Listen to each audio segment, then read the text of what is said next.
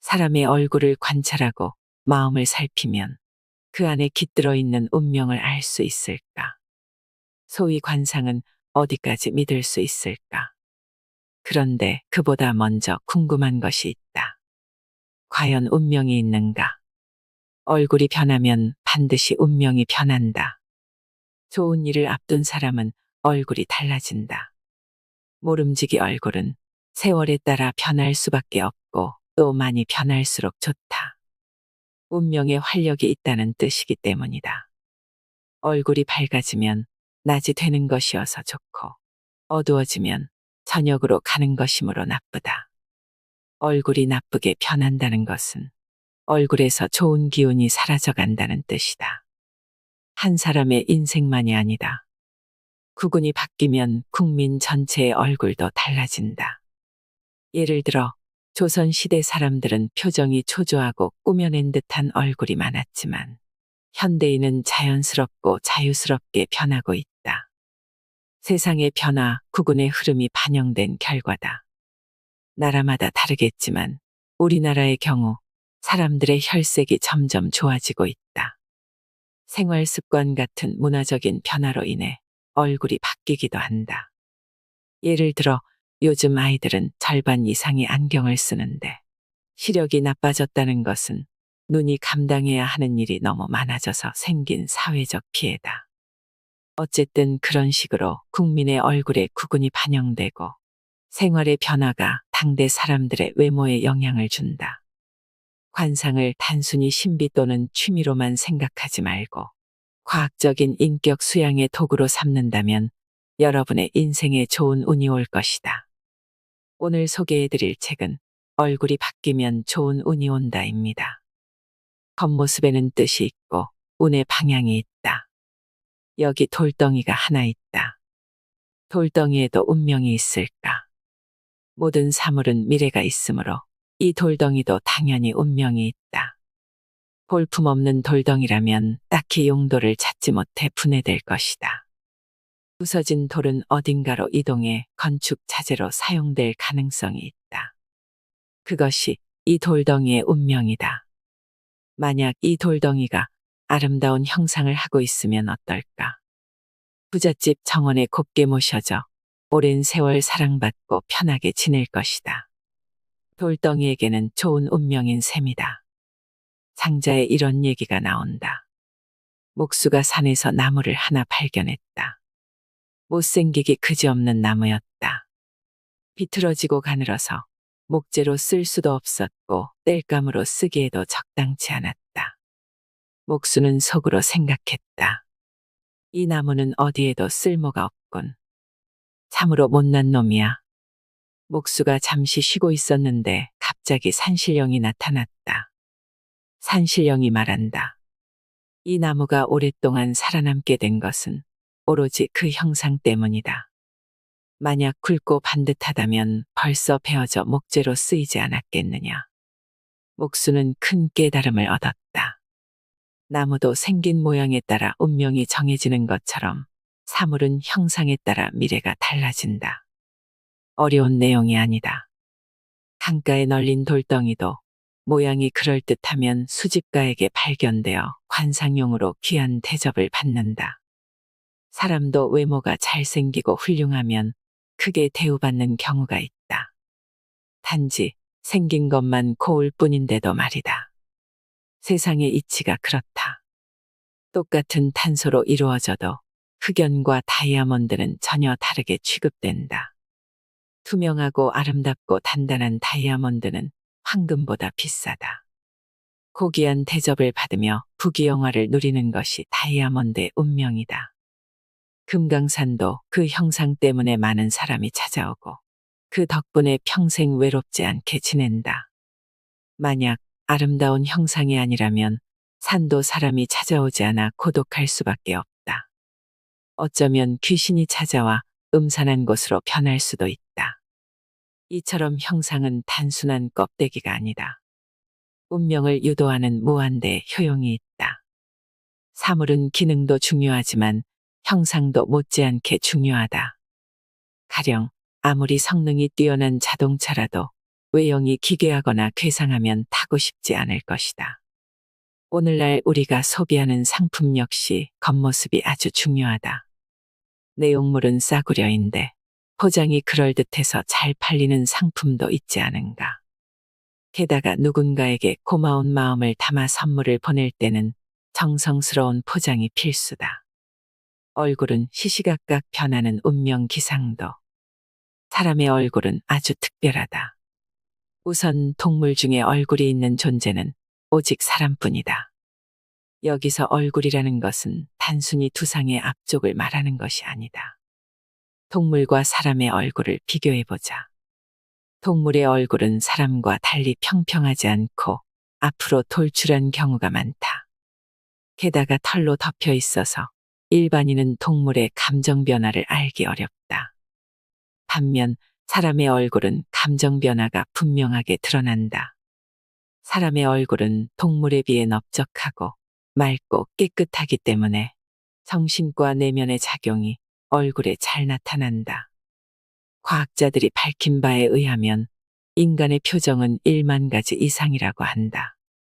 42개의 얼굴 근육이 이러한 현상을 일으킨다. 사람의 얼굴은 아주 섬세한 반면 동물은 그렇지 않다. 동물의 얼굴은 그저 몸의 일부일 뿐이다. 물론 동물도 표정이 있으나 가지수가 별로 많지 않고 그나마 털에 가려져 잘 보이지 않는다. 게다가 동물은 정신이나 감정 자체가 인간처럼 고도로 발달하지 않아 얼굴에 나타낼 내용 자체가 적다. 사람의 얼굴은 호수처럼 맑고 내면에서 발출하는 온갖 현상들이 그려진다. 표정을 관찰해 마음을 읽을 수 있을까? 과학자들은 사람의 얼굴을 실시간으로 촬영해 마음 상태를 읽는 실험을 해왔는데 상당히 진척되었다고 한다. 이런 노력이 아니더라도 얼굴을 보고 마음 상태를 읽어내는 사람들은 이미 존재했다. 프로파일러나 베테랑 형사들은 얼굴을 보고 범인인지 아닌지를 감지해낸다. 엄마들은 아이의 표정을 보고 거짓말인지 알아내고 포커의 명인들은 상대방의 얼굴을 슬쩍 보기만 해도 그가 가진 카드를 짐작할 수 있다. 사람은 얼굴에 표정을 지어 상대방에게 마음을 전달한다. 그래서 얼굴에 나타나는 이 표정들은 오랜 세월 동안 진화해온 결과다. 표정은 자동적이고 습관적이며 본능적인 것이고 우리는 적당한 표정을 지어 보임으로써 삶에 유리한 결과를 유도한다. 예를 들어 가까이 가고 싶은 사람에게는 미소를 지어 경계심을 낮추고 적에게는 험한 표정을 지어 물러나도록 한다. 표정으로 마음을 전달하다 보면 감정의 교감이 이루어지고 메시지를 전달할 수도 있다. 이런 교감은 사람 간의 연대를 강화한다. 얼굴의 표정이 일종의 언어인 것이다. 우리가 표정을 지으면 한순간에 곧바로 사라진다. 하지만 오랜 세월 동안 지내다 보면 그가 자주 지어 보였던 표정이 어느덧 얼굴에 고착된다. 이로써 그 사람의 과거도 읽을 수 있다. 미국의 링컨 대통령은 이렇게 말했다. 사람이 40을 넘으면 자신의 얼굴에 책임을 져야 한다. 타고난 단점도 의지와 노력으로 바꿀 수 있고 그 노력의 결과가 자연스럽게 얼굴에 나타난다는 뜻이다. 독심술은 얼굴을 보고 상대방의 마음을 실시간으로 알아내는 기술인데 요즘은 컴퓨터를 통해 실현되고 있다. 사람은 일부러 표정을 꾸며낼 수도 있다. 목적에 따라 얼굴의 표정을 능동적으로 바꿀 수 있다는 뜻이다. 이래서 인간의 얼굴이 아주 특별하다는 것이다. 얼굴에는 그 사람의 마음이 머문다. 그래서 나는 사람과 잠시 마주 앉아 있으면 그의 지성이나 의식 수준을 쉽게 파악한다. 얼굴에 그 정보가 다 드러나 있기 때문에 가능하다. 얼굴의 뜻은 실로 무궁무진하다. 얼굴의 나쁜 변화를 주의하라. 얼굴의 표면은 검거나 탁해서는 안 된다. 안색이 하늘처럼 맑아야 한다. 얼굴은 하얀 느낌을 주는 것이 좋다. 그래야 깨끗한 하늘이 되기 때문이다. 낯빛이 어두우면 이는 주역에서 천수송이라고 하는 괴상으로 평생 남과 다투는 일이 많고 법적 분쟁에도 휘말리는 운명이다. 사업에서도 성공하지 못하고 늘 분수에 넘치는 생각을 하다가 손해를 자초한다. 특히 눈 위쪽이나 아래쪽이 탁하거나 어두우면 이는 만사가 지연된다는 뜻이다. 결국 일은 성사되지 못할 것이다. 얼굴 피부에 검은 점이나 사마귀 혹은 상처 등이 있어도 의미는 같다. 점이란 나쁜 것을 지속시킨다는 뜻이다. 그래서 가급적 점을 빼고 점 위에 난 털도 제거하는 것이 좋다. 점 위에 나는 털은 나쁜 물건을 예쁘게 포장한다는 뜻이다. 털까지 나는 점은 기필코 제거해야 한다. 모름지기, 얼굴이 맑고 깨끗해야 귀한 인생을 살 수 있다. 얼굴이 총체적으로 무거운 느낌을 주면 이는 천산돈이라는 괴상으로 영광스러움이 없고 남에게 주눅들어 살게 된다. 나이에 맞지 않게 얼굴에 주름이 지나치게 많아도 평생 궁색하다. 인생의 흐름이 순탄하지 않기 때문이다. 얼굴의 주름은 양의 기운을 방해한다. 이는 하늘에 구름이 많고 기상이 불안정한 상태를 뜻하기 때문이다. 그리고 인생의 행보에 장애가 많다는 뜻도 있다. 지나친 주름은 공연히 사람을 늙어 보이게 만들기도 하지만 천박한 느낌도 준다. 주역의 괴상으로 간인데 이것은 장애를 뜻한다. 하고자 하는 일이 어디선가 막힌다는 의미이다. 얼굴의 상처도 여러 가지 뜻이 있는데 이런 것들이 눈 근처에 있으면 가장 나쁘다. 눈은 천양을 뜻하는데 상처가 있으면 이것을 방해하기 때문이다. 하지만 눈 성형이나 주름을 없애는 시술은 나이가 어느 정도 든 후에 하는 게 좋다. 특히 너무 이른 나이에 주름을 없애는 시술을 하면 자칫 더 나쁜 변형을 유도할 수 있다. 어느 쪽이든 얼굴이 갑자기 변하는 것은 운명이 변할 징조다.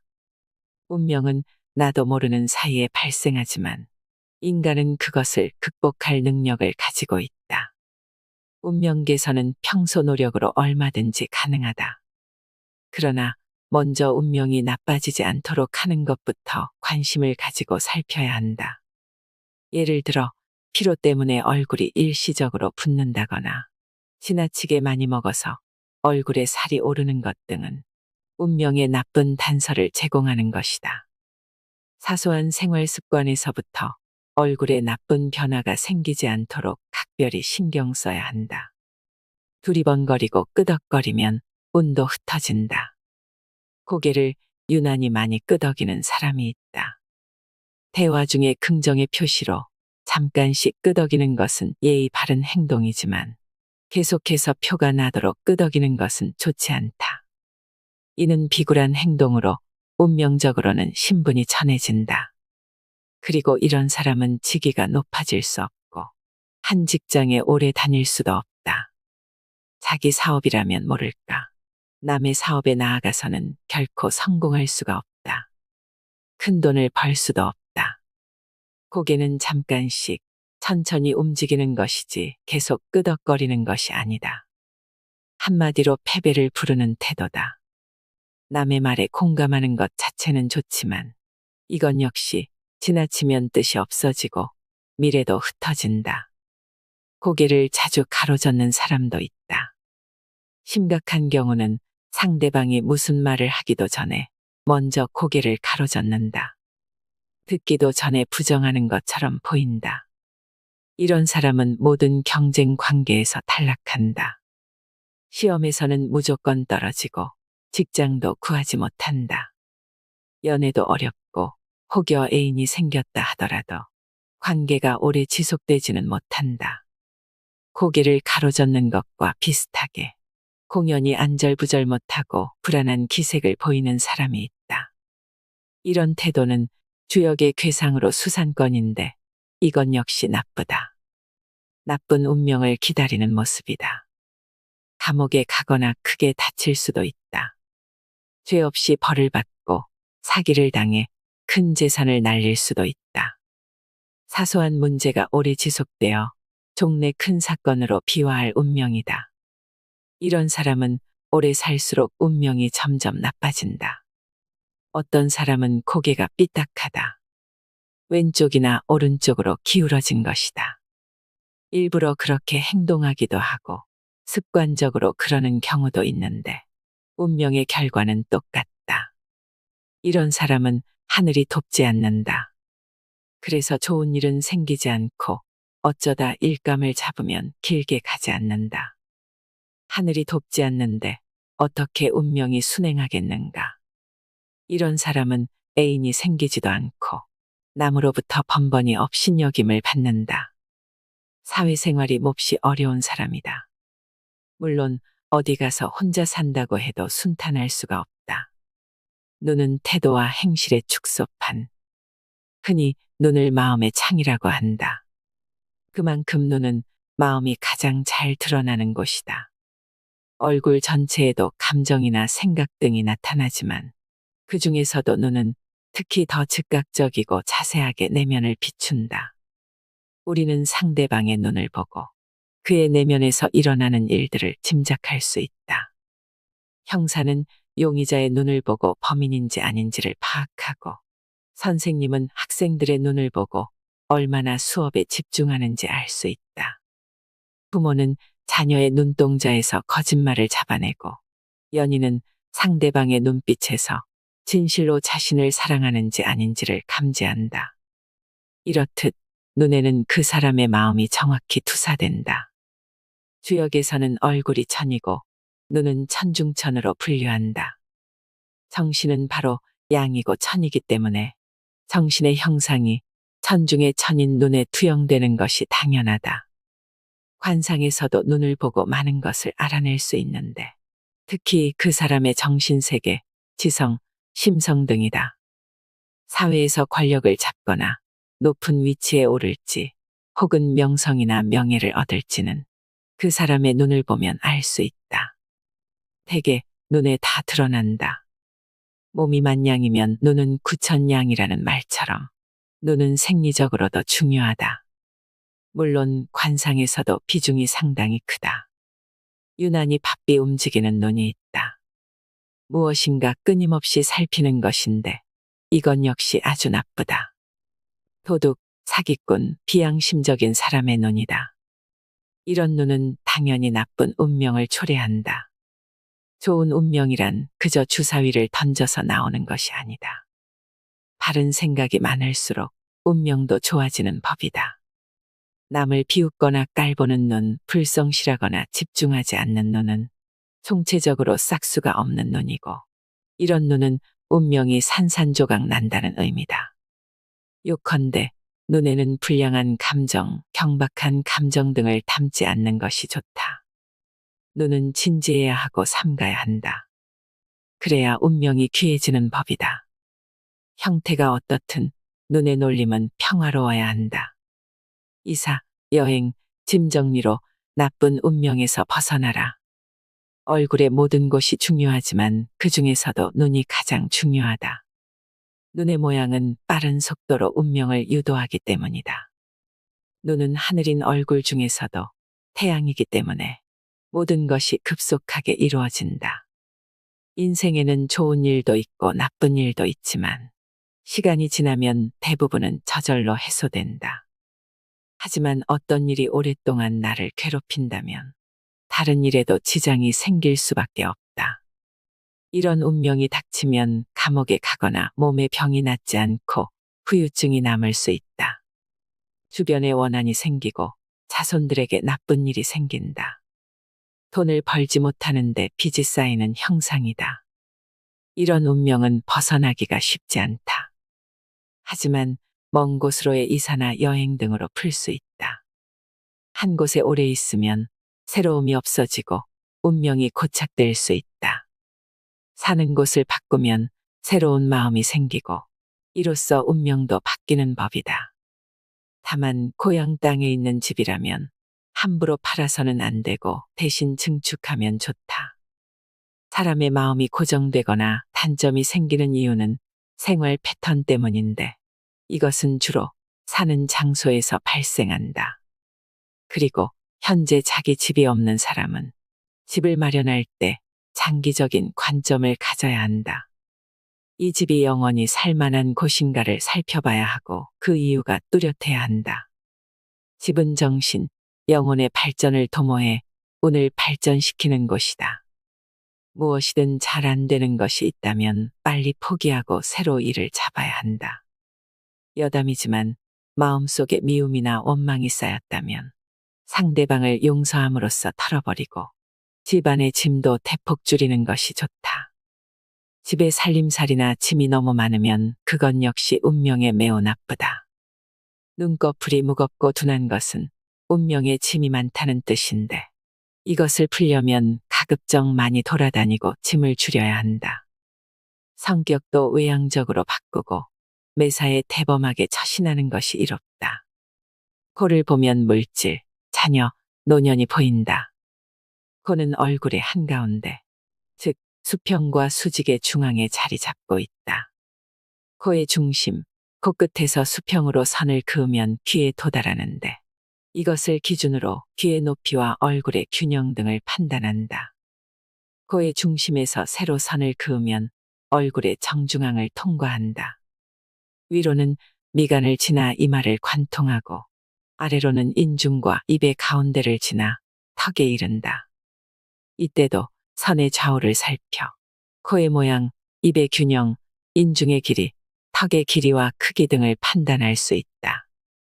코는 얼굴의 중심에 있어서 오행으로 토의 범주에 속한다. 토라는 것은 흙이나 땅을 의미하고 오행의 중심이어서 무척 중요하다.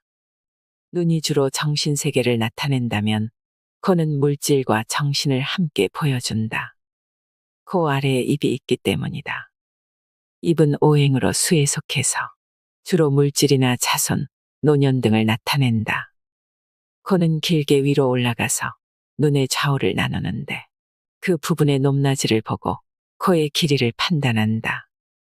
눈 사이에 있는 콧등이 조금이라도 올라와 있으면 긴 코라고 말하고 더 높으면 아주 긴 코라고 말한다. 코는 일단 길어야 좋다. 코가 길면 눈을 안정시키기 때문이다. 코는 길고 클수록 권력, 권리 등이 강화된다. 코가 큰 사람은 운명이 안정적이다. 코의 좌우가 중요한데 코의 크기는 얼굴 전체에 비해 상대적인 크기를 뜻한다. 우선 코가 오뚝하고 길고 적당히 넓으면 크게 성공할 운명이다. 이는 산지박에 해당하는데 주변을 장악하고 지도자가 된다는 뜻이다. 사장이 되고 두목이 되는 등 거느리는 사람이 많아진다. 다만 코 주변이 다소 검거나 점이 있어 깨끗하지 않으면 아랫사람들의 도전이 심해서 애를 먹는다. 그러나 코 주변이 깨끗하고 티 하나 없이 막다면 이제 궤상이 달라진다. 이는 산화비로 인생이 실속 있고 아름다운 결말을 맺을 수 있다. 이때 콧등마저 깨끗하고 막다면 운명은 더욱 좋다. 코에 상처나 점, 흉터 등이 없어야 하고 색깔도 맑아야 한다. 그렇게 되면 이 자체로 얼굴에 많은 약점을 보강할 수 있다. 코는 얼굴의 중앙에 있기 때문에 무엇보다도 잘생겨야 한다. 그래야 전체적인 아름다움도 훨씬 더 상승한다. 말하는 방식만 고쳐도 나쁜 운의 90%는 바뀐다. 목소리가 깊은 사람은 인생에 성취가 많다. 목소리는 기관지와 폐 등에서 나온다. 목소리가 깊은 사람은 아랫배에서부터, 더 깊은 사람은 신장에서부터 소리가 나오는 것이다. 목소리는 깊이 있고 진중한 느낌을 주어야 좋다. 아주 깊은 목소리는 영혼에서 발출되어 나오는 듯하다. 목소리가 깊으면 인생에 성취하는 바가 많고 삶이 편안하며 많은 사람으로부터 사랑받는다. 명성과 명예를 얻고 평생 맑은 정신, 바른 정신을 유지해 훌륭한 인생을 산다. 사람의 목소리는 무척 중요하다. 정신이 실려 있기 때문이다. 눈동자에도 마음이 담기지만 목소리는 더욱 심화된 영혼이 담긴다. 그래서 사람은 목소리만 들어도 그의 깊이를 알 수 있으며 신비와 권위 등을 느낄 수 있다. 이 모든 것은 운명에 유리하게 작용한다. 운명이 나쁜 경우라도 목소리가 깊고 진중한 목소리이면 그것만으로도 인생의 파탄은 일어나지 않을 것이다. 목소리는 운명을 지키는데 가장 중요한 요소다. 그 사람의 됨됨이는 최우선적으로 목소리에 반영된다. 나는 누군가와 마주 앉아 대화를 하면 그의 목소리에 먼저 주목한다. 몇 분만 이야기해보면 그의 인격과 운명 등을 쉽게 알 수 있다. 목소리로 그의 영혼을 느끼기 때문에 가능한데, 이런 능력은 일반인도 누구나 조금만 집중하면 가능하다. 상대방의 말을 집중해서 깊게 듣는 연습을 하다 보면 그의 됨됨이, 진실성, 대화 내용의 수준 등을 정밀하게 이해할 수 있다. 사업 때문에 누군가를 만났다면 사업의 내용도 중요하겠지만 그 사람 자체를 아는 것이 더 중요하다. 사람이 깊이가 없으면 실패가 잦고 남을 배신하기도 한다. 특히 사업 파트너를 정할 때는 이 점을 최우선으로 점검해야 한다. 사람의 말에는 깊이와 넓이가 있는데 당연히 깊은 것이 좋다. 그리고 약간의 감정을 느낄 수 있어야 한다. 어떤 사람과 대화를 했는데 그와 감정의 통화가 전혀 일어나지 않는다면, 그의 마음이 딴 데 있는 것처럼 느껴진다면 깊게 거래해서는 안 된다. 그는 반드시 손해를 끼칠 것이다. 여러분도 누군가와 대화할 때는 진지하고 친절하게 그리고 경건하게 임해야 한다. 그렇게 하는 것이 운명도 좋게 만든다. 대화를 나누는 상대를 건성으로 대하거나 집중력이 없어 형식적으로 대답한다면 당연히 신뢰를 얻지 못한다. 그런 결과가 차곡차곡 쌓이면 운명이 나빠지는 것이다. 대화가 편안하게 이루어지는 사람은 일단 귀인이고 말의 넓이와 깊이에서 미래를 짐작해 볼 수 있다. 대화를 나눌 때 왠지 호감이 가지 않고 그의 말에 공감되지 않으면 그 사람은 틀림없이 별로 훌륭한 인간이 아닐 것이다. 그렇다면 운명 역시 좋아질 리가 있겠는가. 혹여 현재 재산이나 명성 등 가진 것이 많다 해도 대화에서 단점이 많이 보이면 미래에 반드시 재난을 만나게 된다. 목소리가 좋으면 운명도 좋다. 성공한 사람의 목소리는 듣는 사람도 기분이 좋아지게 만든다. 목소리에 오만함이 깃든 사람은 현재 갖춘 것이 있어도 조만간 가정이 불행해지거나 대인관계가 나빠지고 사소한 불운이 닥쳐도 그것을 헤쳐나갈 힘이 없다. 쌓아놓은 재산이나 직위도 위태로워진다. 목소리는 남에게 도움을 주어야 한다. 말로 공연히 불쾌감을 주는 사람은 세상에 도움이 안 되니 하늘도 싫어한다. 말을 함부로 하는 사람은 하늘에 오만한 사람이다. 앞서 말이 많은 사람이 운명도 나쁘다고 강조했다. 쉼없이 계속 말하는 사람은 보이지 않는 가운데 나쁜 운명이 엄습해오는 중이다. 사용하는 단어도 굉장히 중요하다.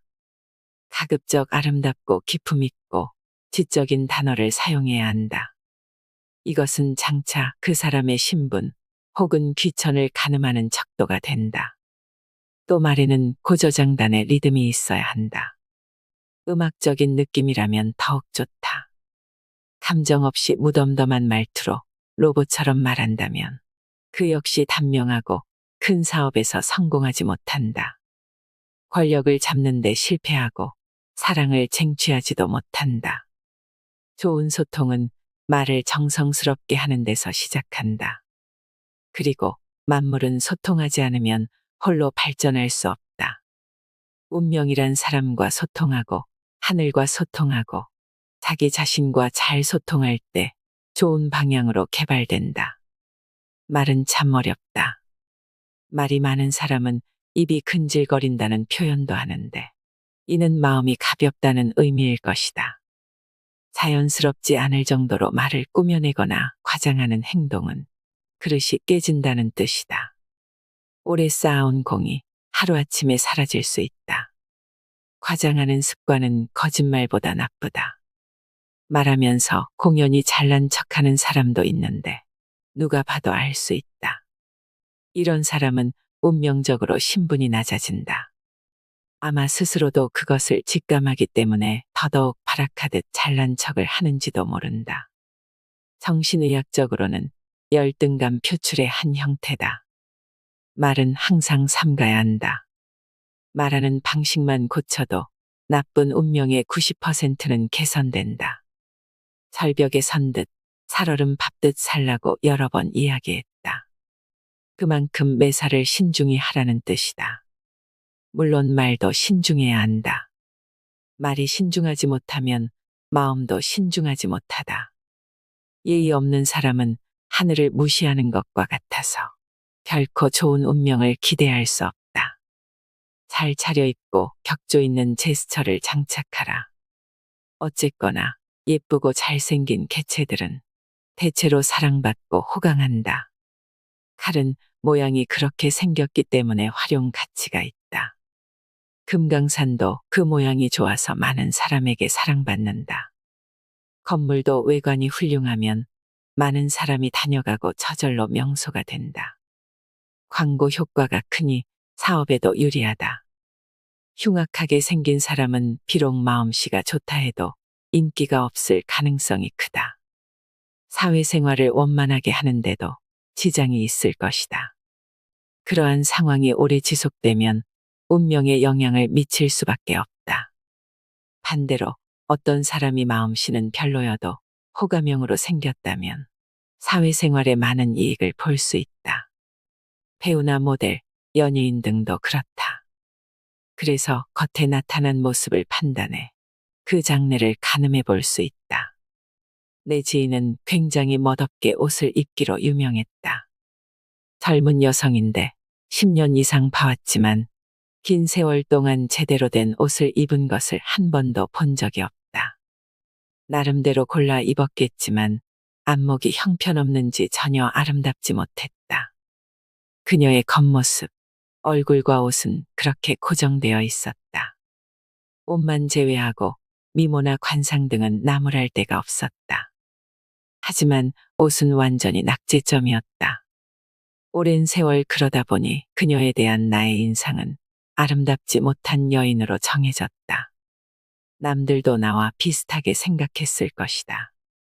어쨌건 겉모습에 대한 잘못된 선택 혹은 태만한 습관은 평생 갈 것 같다. 그렇다면 앞으로 그녀의 운은 좋아질까, 안 좋아질까? 당연히 나빠질 것이다. 반대로 옷을 아주 잘 입는 중년 남성이 있었다. 나는 그 역시 오랜 세월 동안 봐왔는데 우리나라에서 옷을 가장 잘 입는 몇 사람 안에 뽑힐 정도였다. 유명 정치인인데 언제나 옷차림이 훌륭했다. 그의 운은 앞으로 좋아질까? 그럴 것이다. 누가 봐도 그는 첫눈에 호감이 간다. 얼굴이 잘생긴 것은 결코 아니지만 잘 차려입은 옷과 어울렸다. 소위 옷발이 잘 받다 보니 마치 원래 미남인 듯한 착각을 일으킬 정도다. 옷 따로, 얼굴 따로인 사람도 종종 보인다. 얼굴도 나쁘지 않고 옷도 괜찮은데 뭔가 조화롭지 않은 것이다. 이런 경우 역시 아쉽지만 운명이 나빠지는 중이다. 특히 정치인처럼 대중에 자주 노출되는 사람은 옷 하나만 잘 골라 입어도 크게 성장할 여지가 있다. 여성의 경우 화장도 그렇다. 화장을 얼굴에 잘 어울리게 하면 성형수술의 효과가 나기도 한다. 꾸며서 예쁘면 결과적으로 예쁜 것이다. 꾸미는 것이 남을 속이는 짓은 아니다. 아무런 치장을 하지 않고 있는 그대로를 보여주는 것이 솔직한 것도 아니다. 내 외모를 잘 꾸미면 그것도 내 운이다. 옷이든 화장이든 헤어스타일이든 제대로 갖추면 이는 수택절인데 운명이 편안하고 매사에 순탄해진다는 뜻이다. 외모를 꾸미거나 옷을 잘 갖춰 입는 것은 관상의 확장이다. 어떤 사람은 아무리 잘 입고 잘 꾸며도 볼품이 없다. 이런 사람은 그 자체로 이미 관상이 나쁜 것이다. 안경도 잘 맞추었으면 좋은 관상이 되고, 치아도 잘 교정하고 미백도 하면 그건 역시 좋은 관상이다. 내 몸의 주변에 있는 것은 다 중요한 법이다.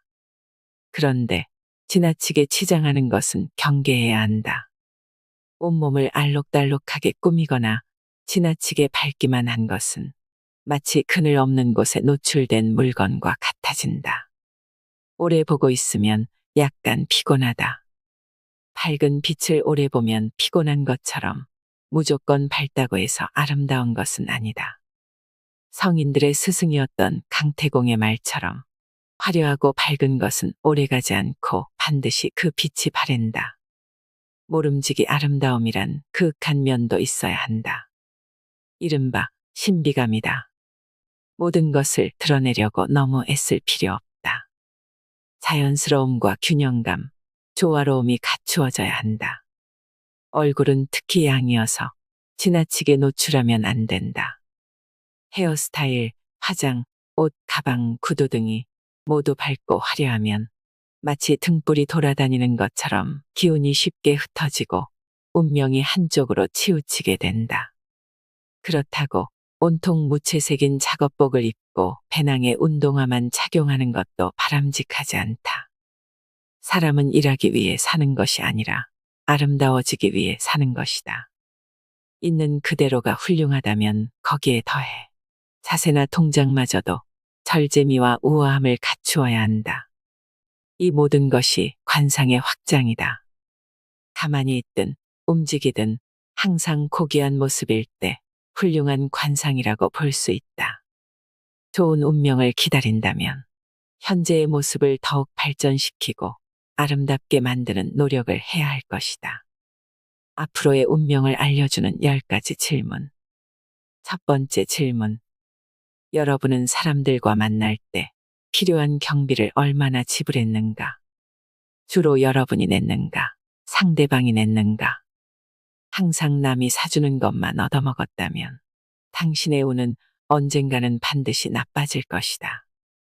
현재 공공한 상황이라면 바로 그 대가가 마침내 도래한 것이다. 항상 누군가에게 얻어먹고 다니는 사람은 미래에 빚을 지게 되고 건강도 급격히 악화될 것이다. 데이트 사기꾼은 상대방에게 데이트 비용을 전가하고 돈을 갈취하기도 하는데 이런 사람은 평생 공공하고 말년에 중병에 걸리며 자식까지 운이 나빠진다. 현재가 공공하다면 그러한 상황은 앞으로도 계속 이어질 확률이 높다.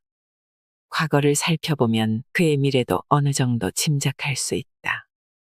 주변 사람들에게 항상 인기가 있는 사람은 하늘이 돕는 사람으로 당연히 앞으로도 운이 좋아질 것이다.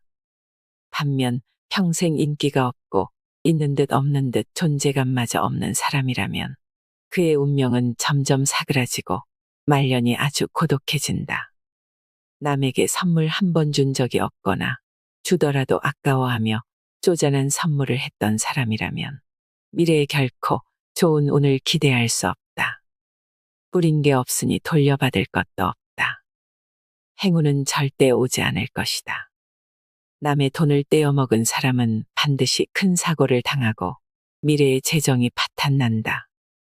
현재 점점 가난해지고 있다면 불운이 시작되는 것으로 봐야 한다. 한때 부자였으나 평생 남을 업신여기거나 베풀지 않고 돈을 아낀 사람은 스스로가 안다. 한 번 나빠지면 그것이 회복되지 않는다. 점점 더 깊은 수렁으로 빠져 화려했던 과거는 마침내 모두 무너질 것이다.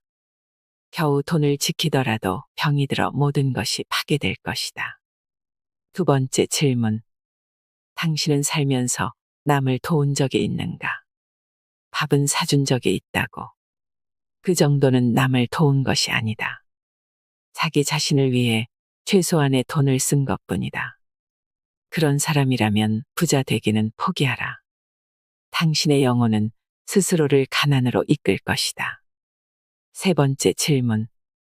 당신은 살면서 얌체짓을 한 적이 있는가? 얌체가 무슨 뜻이냐고. 얌체는 부끄러움을 모르는 사람이다. 자신의 이익을 위해 남에게 슬쩍 불이익을 떠넘기는 것 등을 말한다. 불법 주차, 새치기, 알박기 같은 것도 얌체 짓이다. 얌체는 뺀질이 뻔뻔한 놈보다 더 나쁘다. 일종의 사기꾼인데 이런 사람은 어쨌건 평생 큰 돈을 못 만진다. 겨우 살아갈 뿐이다. 종종 얌체 짓을 하며 살아왔다면 당신은 지금 공공하거나 제법 편안하다 해도 운명이 점점 더 나쁜 쪽으로 기울어갈 것이다. 악마는 얌체를 좋아한다. 그래서 얌체 짓을 하면 할수록 재수도 없어진다. 그보다 더해 사기를 친 적이 있다면 지인에게 투자를 권유해 망하게 하거나 돈을 빌린 후 갚지 않으면 곧 일생의 업적이 한순간 사라지는 애군을 만날 것이다. 사기는 주역의 괴상으로 삼풍고인데 이는 무너지고 벌레가 갉아먹는 것을 뜻한다. 사기꾼은 반드시 그런 운명을 맞는다. 네 번째 질문. 당신은 누군가를 배신한 적이 있는가? 상대방이 나쁜 놈이라서 어쩔 수 없이 떠났다고. 그것은 변명일 뿐이다. 배신과 결별은 다르다. 배신은 남을 속이고 자기만 슬쩍 빠져나가는 것이다. 사람과 사람이 헤어질 때는 어느 정도 예고도 하고 절차도 밟는다. 슬쩍 빠져나가 상대방을 떠나면 배신이다. 배신에 대한 응징은 반드시 돌아온다. 그러니 당신도 어느 날 배신을 당해 하루아침에 무너질 수 있다. 다섯 번째 질문. 당신은 평생 자랑할 만한 좋은 일을 한 적이 있는가? 가장으로서 식구들을 잘 먹여 살렸다고. 물론 훌륭하지만 그런 일은 사자도 하고 새도 하고 쥐도 한다. 그것은 단순한 본능일 뿐이다. 여기서 묻는 것은 남을 위해 자랑할 만한 일을 했는가다. 그런 일이 한 번이라도 있었다면 당신의 미래는 좋을 것이다. 전혀 없다면 당신의 미래는 위태롭기 그지없다. 현재 가난하고 어려운 상황이라면 그것이 속수무책으로 길어질 것이다. 여섯 번째 질문. 당신은 과거의 어느 한때라도 한 번쯤 빛나는 순간이 있었는가? 그런 적이 한 번도 없었다고. 그렇다면 당신은 별 볼 일 없는 사람이다. 과거에 한 번도 영광이 없었다면 미래도 그럴 확률이 높다. 일곱 번째 질문. 당신은 여행을 많이 해봤는가? 그렇지 않다면 당신의 영혼에는 찌꺼기가 많아서 활동력이 크게 제한받을 것이다. 영혼이 활발하지 못하면 운명도 쇠퇴하는 법이다. 지금의 공경은 시작일 뿐이다. 당신은 고향 밖으로 나가본 적이 있는가? 없다면 큰일이다. 좋은 운이란 멀리서 찾아오는 법인데 왜 집구석에만 있는가? 영혼의 환기가 전혀 되지 않으니 결국 곤란한 시절이 올 것이다. 물론 고향이 제법 큰 도시라면 괜찮다. 하지만 사람은 언제나 더 넓은 곳으로 나아가야 운명에 이롭다. 말은 제주도로, 자식은 서울로 보내라는 옛말이 그런 뜻이다. 여덟 번째 질문. 당신은 과거에 취미 생활을 해봤는가? 잠깐 해본 것 말고 어느 정도 지속적으로 재미있게 해봤는지를 묻는 것이다. 좋은 취미를 개발해 본 적이 있다면 당신의 영혼은 부드럽고 집중력이 높다. 따라서 운명에도 여유가 있다. 현재 어려움에 부딪혔다 하더라도 곧 해결될 것이다.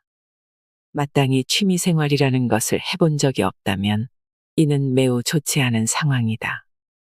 영혼의 여유가 없고 외골이어서 당연히 운명도 위축될 수밖에 없다. 현재 공공하다면 헤어날 수 없을 것이다. 아홉 번째 질문. 당신은 지식 수준이 넓고 깊은가? 이것저것 경험을 통해 얻은 것, 들은 것이 많은지를 묻는 질문이다. 그렇다면 당신은 여간에서는 무너지지 않는다. 현재 어려운 일이 있더라도 일시적일 뿐이다. 당신은 과거에 고난이 닥쳤을 때 그것을 박차고 일어나 극복한 경험이 있었나? 만약 그런 경험이 전혀 없었고 지금 처음 그런 일이 닥쳤다면 당신은 망하고 있고 거기에서 벗어나지 못한다. 공자가 주역에서 이렇게 말했다. 군자는 쉬지 않고 자기 자신을 강하게 만든다. 당신의 과거가 고난 극복의 연속이었다면 이로써 당신은 강한 사람이 되어 있을 것이다. 그렇다면 지금 난관에 봉착했다 하더라도 큰 문제는 아니다. 강하다는 것은 하늘의 기운인데 이는 언제나 새롭게 창조할 힘이 있다는 뜻이다. 강한 사람, 즉 힘이 있는 사람은 반드시 새로운 운명을 창조할 수 있다. 10번째 질문. 당신은 살면서 누구를 존경해 본 적이 있는가? 있다면 희망적이다.